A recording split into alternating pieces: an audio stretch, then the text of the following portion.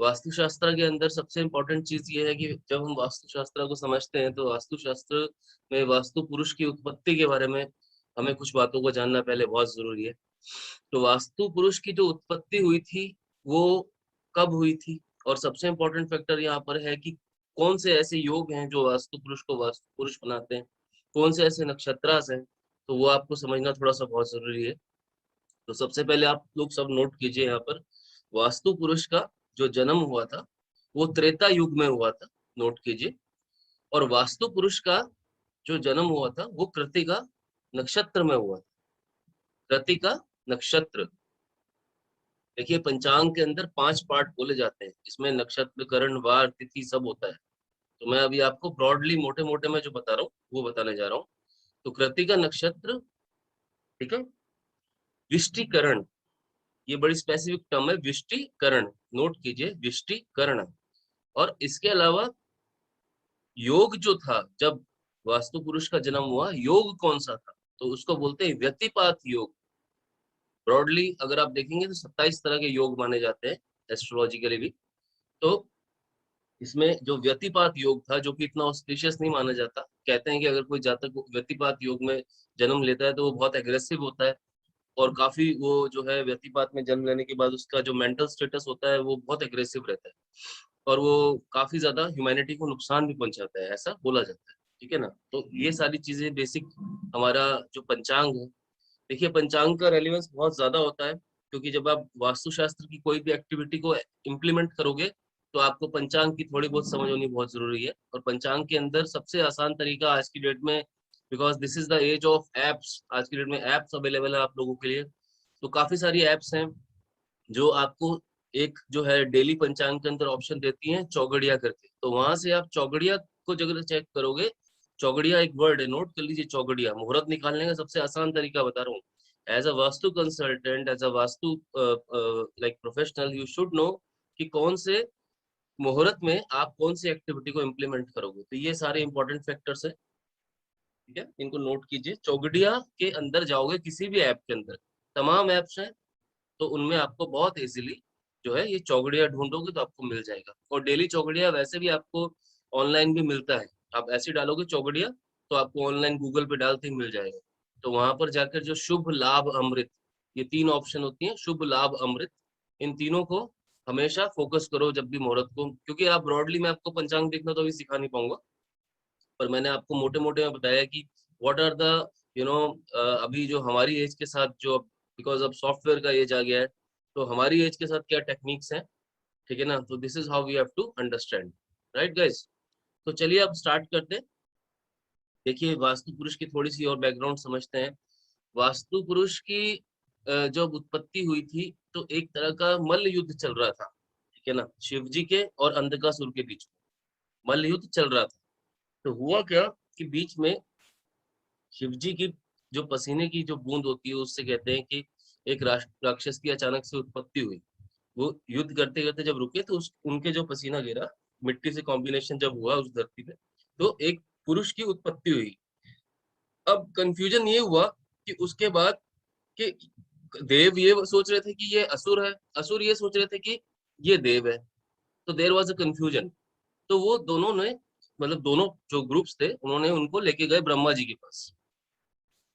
ब्रह्मा जी के पास लेके गए, और ब्रह्मा जी के पास लेकर जाने के बाद उन्होंने उनको जो है उनसे पूछा कि ब्रह्मा जी, मतलब ये मतलब वास्तु पुरुष ने रिक्वेस्ट करी कि ब्रह्मा जी देखिए, ये मेरे पीछे वास्तु ये देव भी पड़ जाएंगे, नहीं तो अदरवाइज ये असुर भी पड़ जाएंगे, आप बताइए मैं क्या करूँ ऐसी स्थिति में। मैं कहीं ना कहीं मैं, अगर मेरा बर्थ हुआ है तो मैं आप ही की चाइल्ड हूँ इनडायरेक्टली, क्योंकि उत्पत्ति यानी क्रिएशन के जो गॉड है वो ब्रह्मा जी है।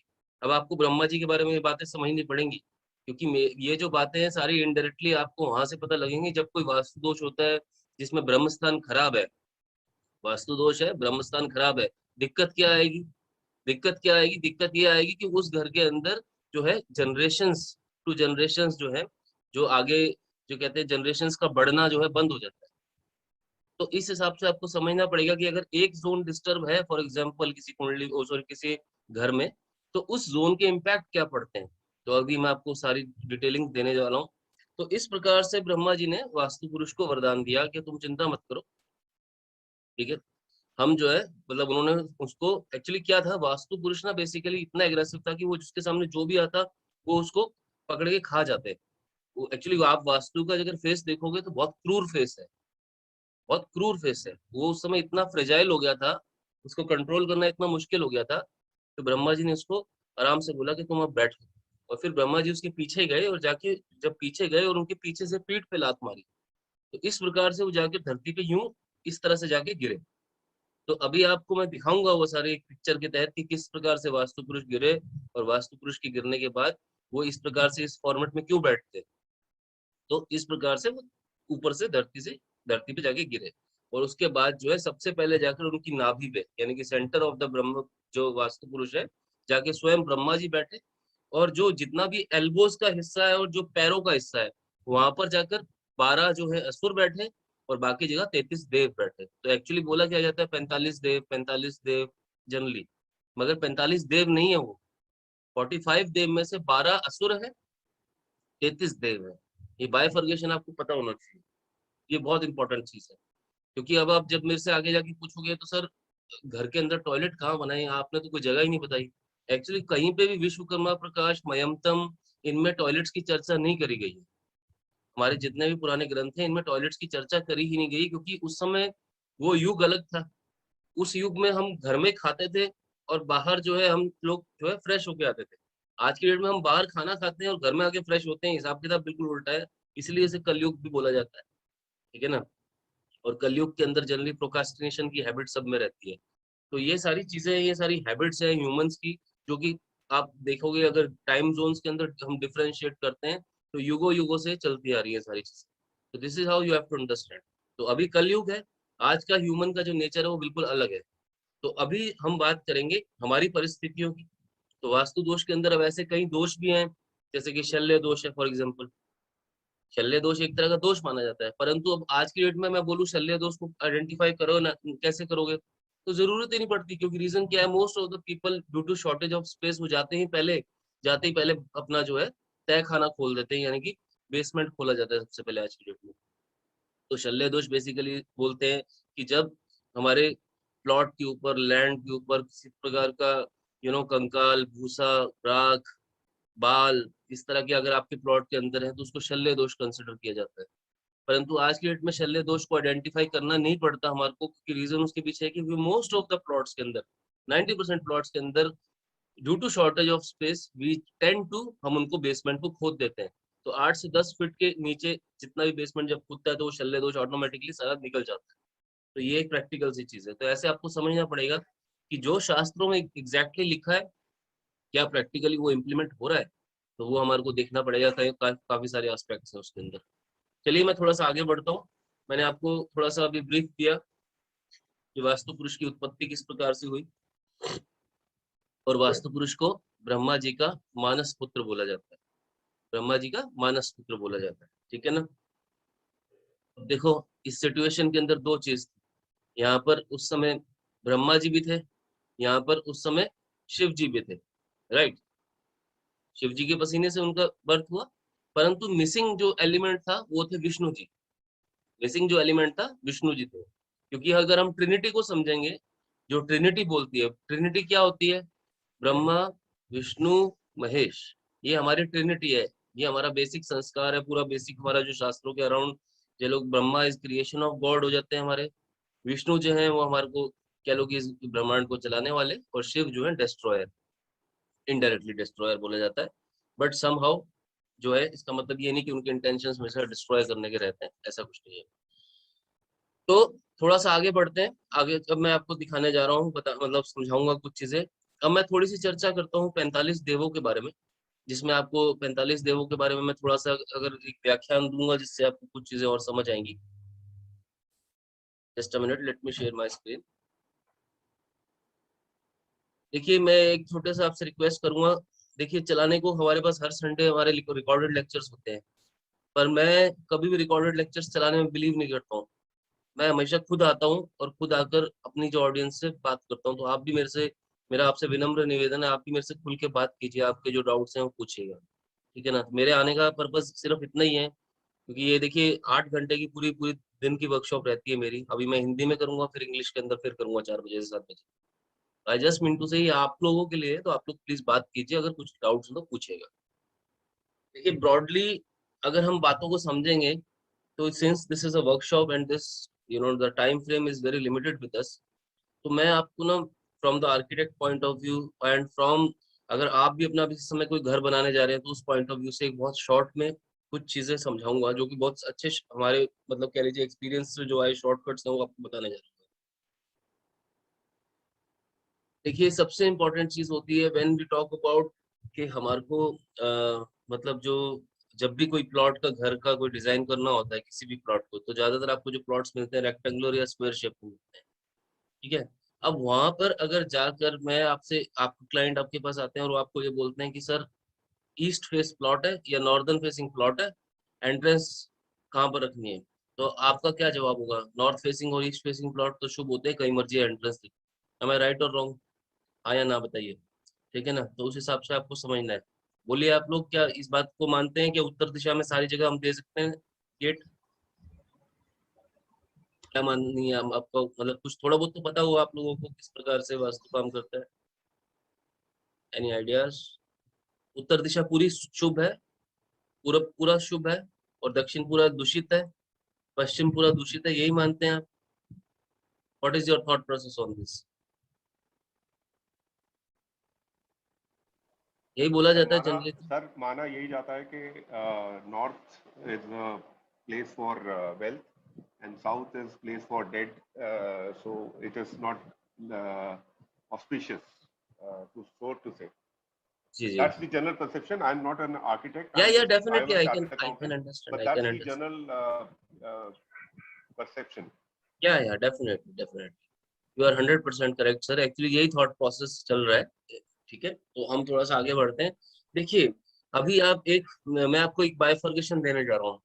सबसे पहले मैं 32 देवों के बारे में बात करता हूँ, जो 32 जो मेजर देव हैं।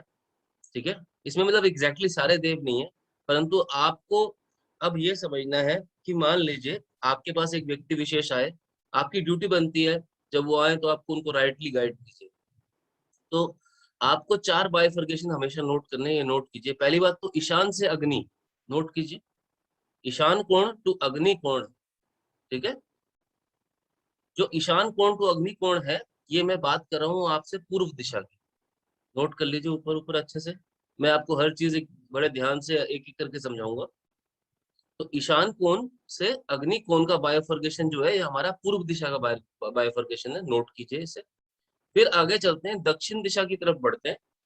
ठीक है। दक्षिण दिशा के अंदर आग्नेय कोण अग्नि से, अग्नि ये देखो, ये देव मेरा कर्सर देखते जाओ, अग्नि कोण से ये देखो, यहाँ से लेके नैऋत्य तक। अब ये नैऋत्य जो बेल्ट आती है, राहु की बेल्ट आ जाती है यहाँ पर। यहाँ पर ना पैर आते हैं। मैं एक काम करता हूँ, एक मिनट एक इमेज और निकालता हूँ, इससे आपको ज्यादा समझ आएगा। उसके अंदर वास्तु पुरुष भी दिखाया है। एक मिनट दीजिए, वास्तु पुरुष की इमेज के साथ दिखाता हूँ तो आपको उनका फेस भी नजर आएगा। अब आप देख पा रहे हैं स्क्रीन? अब ज्यादा बेटर नजर आ रही है। देखिए बेसिक फैक्टर ये है यहाँ पर, तो ये आप देख रहे हैं यहाँ पर वास्तु का हेड माना जाता है। तो जब जब इन रीजन्स के अंदर कोई दिक्कत आती है, तो अभी वो आपको समझाने जा रहा हूँ। इवन तक इतना सिम्टोमेटिक साइंस है, आप बोलोगे मुझे ये दिक्कत है, मैं आपको बोल दूंगा आपके इस जोन में प्रॉब्लम। आप मुझे प्रॉब्लम बताओगे, मैं आपको जोन बता दूंगा। तो वो उस तरह से आपको क्लैरिटी रखनी है कंसेप्ट में, ताकि आप भी आगे लोगों को सबसे हील कर सके, गाइड कर सके। तो पहला मैंने आपको बताया था, आप यहाँ से नोट कर लीजिए, अग्निकोण, सॉरी इसको, वो वाले उसके अंदर अलग था। मतलब उसके अंदर जो है सिखी से यहाँ तक बोला गया, ये इन्होंने देव लिखे हुए डायरेक्टली। ठीक है ना, तो मैं आपको जो है जोन्स के हिसाब से समझाता हूँ। देव थोड़ा गहरा हो जाएगा, ठीक है ना, एट द डेप्थ, तो आप उस हिसाब से समझिए। यहाँ पे लिखिए north east to south east, आपने लिख लिया। ईशान से अग्नि, यानी कि सिखी से अग्नि हो गया आपका पहला जोन, आपको बताया ईस्ट के अंदर। फिर अग्नि से आ जाएगा नैऋत्य, यहाँ पे इसको साउथ वेस्ट को नैऋत्य बोलते हैं।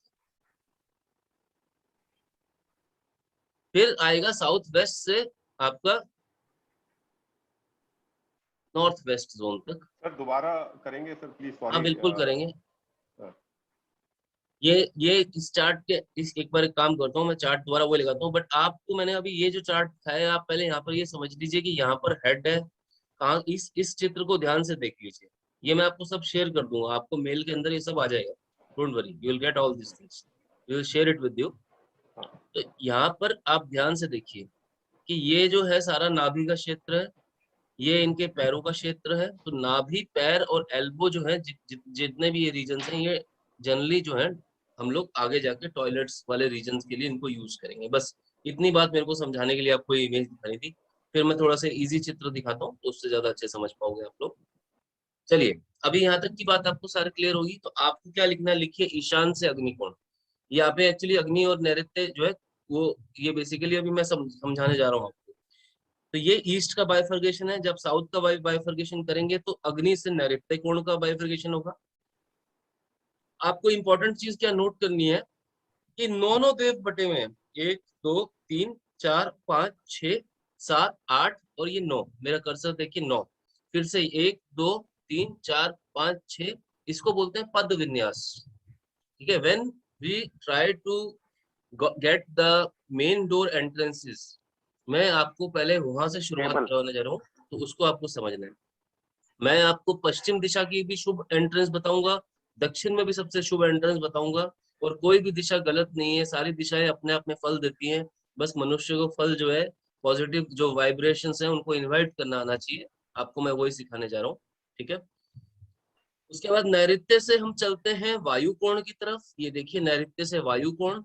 ठीक है, तो ये अपना वेस्ट जोन का बाइफर्केशन होगा। देखो, ये सारा ईस्ट था, ये सारा इसके अपोजिट वेस्ट आ गया। इधर ये सारा साउथ का मैंने बाइफर्केशन बताया। अब मैं आपको बता रहा हूँ वायु से ईशान तक फिर पे जाएंगे तो फिर से 9 देव आएंगे, 1 2 3 4, इस तरह से करके। ये देखो यहाँ तक 32 देव बैठे हैं पूरे। ठीक है, अब जब मेन प्लॉट होता है और बिल्टअप एरिया होता है, दोनों के जो एंट्रेंसेस होते हैं वो पहली बात तो अलग अलग निकाले जाते हैं, हमेशा याद रखनी ये बात। ठीक है, बिल्टअप एरिया की बहुत रेलिवेंस होती है, और जो मेन जो एरिया होता है, मतलब आई मीन टू से कि जो बिल्टअप एरिया होता है और आपका जो पूरा प्लॉट होता है, ठीक है, उन दोनों के कुछ ऐसे जोन्स हैं जो आपस में मिलने नहीं चाहिए, मैं आपको वो भी बताने जा रहा हूँ। तो सबसे पहले हम आगे चलते हैं। यहाँ पर मैंने आपको 32 जो ये देव बताए हैं, ठीक है ना, ये जो 32 देव है, ये हमारे को बेसिकली एंट्रेंस को निकालने में इंपॉर्टेंट रोल प्ले करते हैं। उसके बाद जो अंदर आप देखोगे यहाँ पर, ठीक है, रुद्र जया रुद्र, मित्र जया अपसवत्सा, सावित्री सावित्री, और इंद्र जया इंद्र।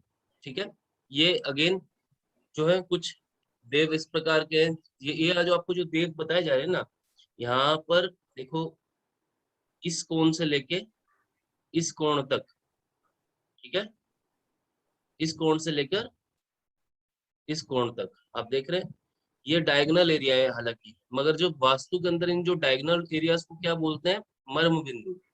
ठीक है, ध्यान से समझ लो, मर्म बिंदु, there are very sensitive points. ठीक है, there are very sensitive points. तो ये डायगोनल्स के ऊपर कभी भी हमेशा नोट करना, कोई कंस्ट्रक्शन आपका नहीं आना चाहिए। मेरा कर्सर देखते जाइए, मैं डायगोनल्स को मेंशन कर रहा हूँ बार बार। ये पहला डायगोनल है, ये देखिए, ये सेंटर का मेन डायगोनल है। उसके बाद एक डायगोनल यहाँ से आता है और एक डायगोनल यहाँ से आता है। इन दो दो रीजन्स को चेक करो, मेरा कर्सर देखो। ठीक है, पहला डायगोनल, मेन डायगोनल यहाँ से यहाँ तक निकला। ठीक है, दूसरा डायगोनल यहाँ से निकलेगा और वो जाएगा यहाँ तक। ठीक है, इनको सेमी डायगोनल्स बोलते हैं।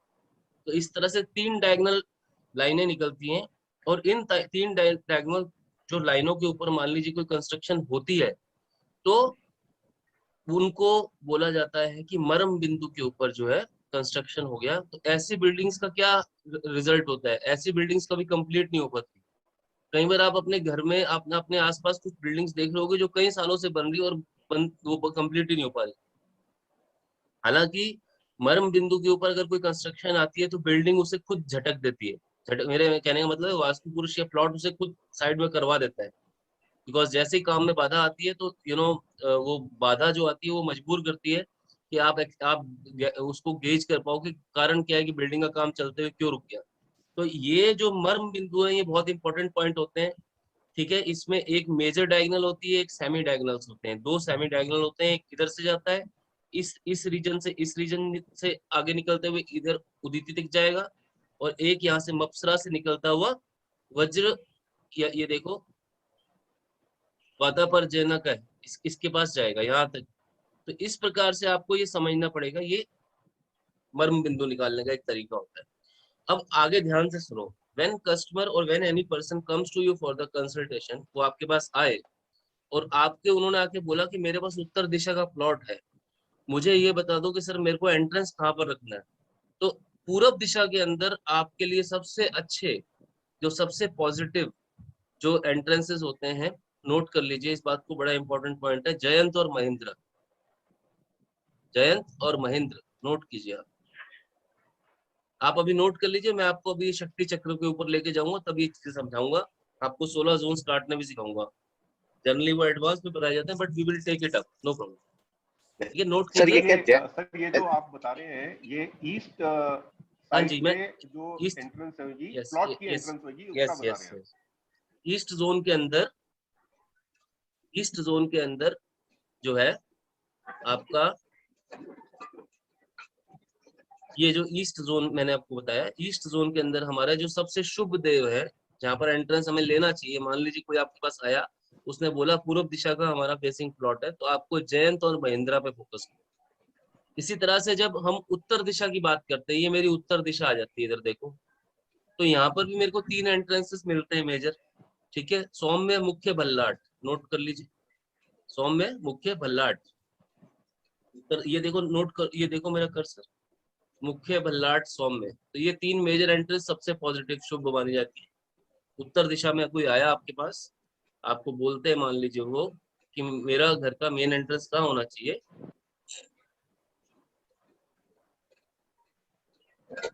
सर ये प्लॉट पे डिवाइड कैसे करेंगे इतने सारे? अभी अभी आते हैं इसके ऊपर। ओके ओके, अभी बताऊंगा, पूरा प्रोसेस समझाऊंगा एक एक चीज।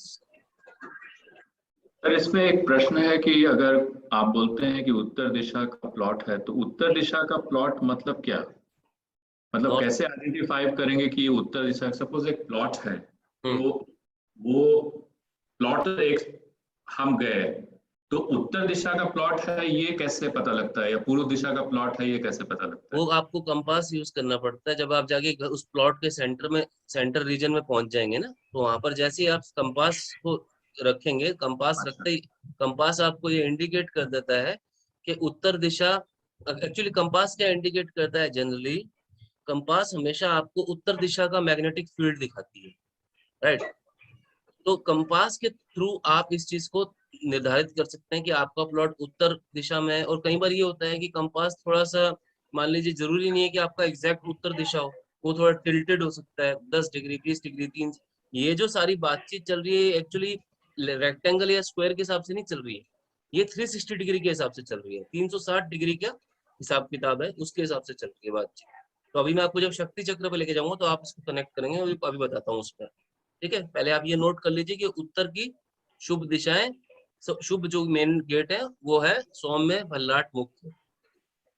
मगर इसी तरह प्रकार से आपके पास कोई आ सकता है व्यक्ति, वो ये भी बोल सकता है कि भाई मेरे को, मेरा जो है दिशा में जो है मेरे को अब मेरा तो पश्चिम दिशा फेसिंग है मेरा, तो अब जनरली क्या होता है, वेस्ट की तो इमेज खराब है।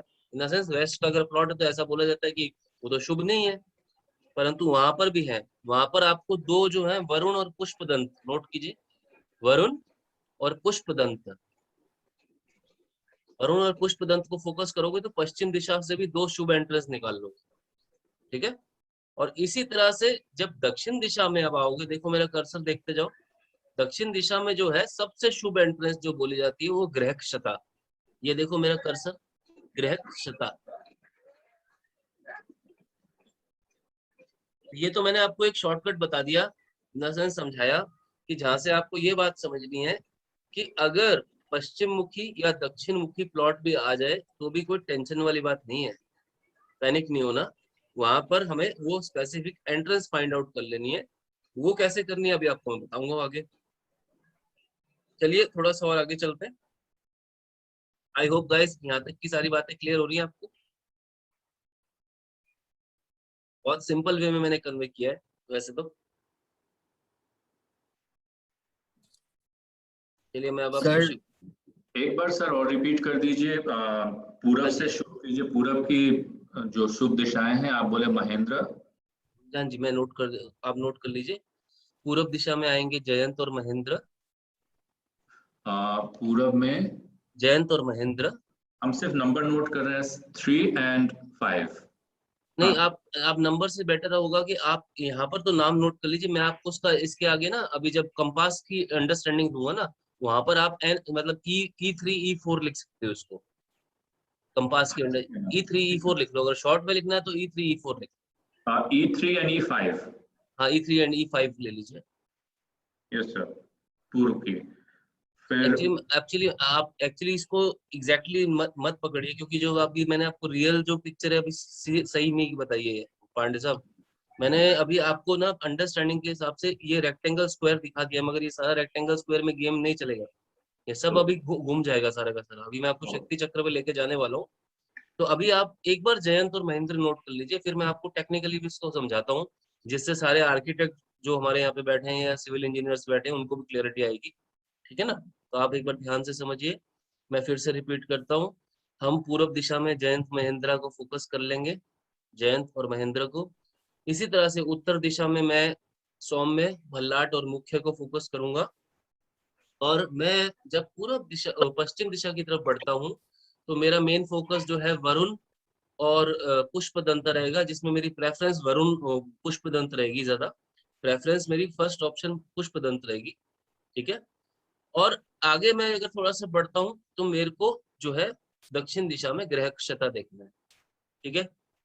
एक्चुअली शास्त्रों के अंदर तो कुछ ऐसी चीजें हैं, ये जो मैं आपको ऑप्शन वाइज बता रहा हूँ, ऑप्शन वाइज इसलिए बता पा रहा हूँ क्योंकि ये प्रैक्टिकल ऑब्जर्वेशन से जब हम काम करते हैं कहाँ से बेटर रिजल्ट निकला। कई बार तो वरुण को लोग जनरली ज्यादातर फोकस करते हैं, पर मैंने देखा पुष्पदंत से मैं प्रेफरेंस ज्यादा देता हूँ पुष्पदंत को। वहां से प्रैक्टिकल रिजल्ट ज्यादा अच्छे मुझे मिले। तो this is how I am sharing my experience also with you. मैं आपको थोड़ा सा बता देता हूँ। Since my name is doctor Bhavyadeep Bhatia and I'm a qualified astrologer from Indian Council of Astrological Sciences, and I had been practicing in this field from last now almost 22 years plus. And as well as when you talk about practical experience, तो मेरे को almost 20 वर्ष से ज्यादा हो गए हैं। और मेरी अगर दीक्षा की बात करते हो तो मेरे फादर की डॉक्टरेट है इस फील्ड के अंदर। तो मैं 16 साल की उम्र से इसी फील्ड में हूँ। ठीक है? तो छोटी उम्र में इस इकोसिस्टम में आने के कारण जो कई बातें ऐसी हैं कि मैं आपको थोड़ा सा बियॉन्ड बुक्स भी बोल जाता हूँ, तो उसको एक्जैक्टली कैच मत कीजिएगा। इसलिए आपको बता रहा हूँ, क्योंकि कई चीजें मैं आपको अपने प्रैक्टिकल एक्सपीरियंस के बीच में ऐड ऑन करके बताता हूँ। क्योंकि शास्त्र में जो लिखा है, मैं ये नहीं बोल रहा वो गलत है, परंतु उनकी इम्प्लीमेंटेशन अभी यहाँ पे कहीं हो नहीं पाती है। तो थोड़ा सा टाइम जोन का फर्क है। तो उस हिसाब से मैं आपको ये थोड़ा सा अपना बैकग्राउंड बता रहा था। सर एक चलिए चीज आगे बढ़ते हैं। अगर आप जो भी ये पेज चेंज कर रहे हैं सर, उसमें आपने वैसे एक्चुअली स्टार्टिंग में बोला था 33 देव थे, इसमें 32 नाम ही 32 आ रहे हैं स्क्वायर्स। हाँ तो जी, 32 आ 33 रहे हैं, बिल्कुल आ रहे हैं। और बाकी 33 अंदर जो है, देखिए मैं अंदर एक बार फिर से दिखा देता हूँ, एक मिनट रुकिए। 32 इधर आएंगे और अंदर 13 देव आएंगे। ठीक है ना? तो 13 में से एक जो है ब्रह्म हो जाएंगे। तो इस प्रकार से होता है। ठीक है सर। हाँ। तो एक ब्रह्म स्थान आ जाता है, ब्रह्मा जी का जो है वो सेंटर पॉइंट होता है। ठीक है? तो ब्रह्मा जी की जो जगह है, बेसिकली एक किसी पर्टिकुलर स्पेस में अगर आप देखोगे ना, तो लगभग 11% का जो स्पेस है अप्रोक्सीमेटली एट सेंटर जो कोर होता है ना, 11% जो है लगभग वो ब्रह्मा जी को चला जाता है। आप अगर मोटे मोटे में मान के चलोगे तो ब्रह्म स्थान को चला जाता है। तो अगर आपका मान लो 2000 स्क्वायर फीट का प्लॉट है, तो उसके अंदर आप मान के चलो 220 स्क्वायर फीट आपको ब्रह्मा जी के लिए सेंटर में निकालने पड़ते हैं। तो 11% का फॉर्मूला याद रखो। ये शॉर्टकट्स है, बिकॉज हमने फील्ड में जाके सीखे हैं। अब जैसे छोटा होता था, मैं अपने फादर के साथ जब मूव करता था, तो उस समय फील्ड में जाके प्रैक्टिकली बोलते थे जाओ कंपास लगाओ, शक्ति चक्र लगाओ। तो ऐसे करते करते प्रैक्टिकली जो चीजें मैं आपको सारी बताता जा रहा हूँ, आपको भी सिखाऊंगा, मैं बताऊंगा कैसे आपने लगाना है। तो अभी मैं आपको एक छोटी सी अंडरस्टैंडिंग के लिए शक्ति चक्र दिखाता हूँ। शक्ति चक्र देखने के बाद आपका माइंड थोड़ा और खुलेगा। ठीक है? शक्ति चक्र जो है एक हमारा टूल होता है, एक तरह का गैजेट होता है। हमारे को देखिए कुछ गैजेट लगते हैं जब हम वास्तु को ऑपरेट करते हैं। तो हर एक चीज को ऑपरेट करने के लिए, मतलब किसी भी साइंस को इम्प्लीमेंट करने के लिए कुछ गैजेट्स होते हैं। तो हमारे लिए जो मेजर गैजेट्स होते हैं, यहाँ पर क्या होगा, एक हमारे को कंपास चाहिए होता है, एक शक्ति चक्र चाहिए होता है, और एक आपको पेंसिल और स्केल और एक अपना डायरी की रिक्वायरमेंट रहती है। तो इस ये अगर आपका पास इतना सामान होगा तो आप आराम से कर पाओगे सारा काम। तो थोड़ा आगे बढ़ते हैं।